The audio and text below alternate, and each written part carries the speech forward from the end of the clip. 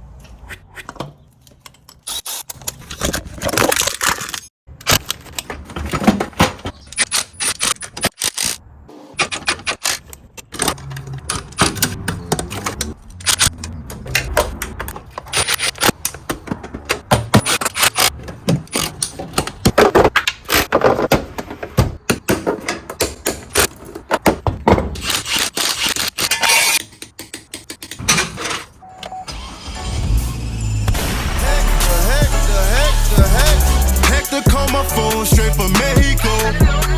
Pull up in that phone, they like, there he go. Hector call my phone straight from Mexico.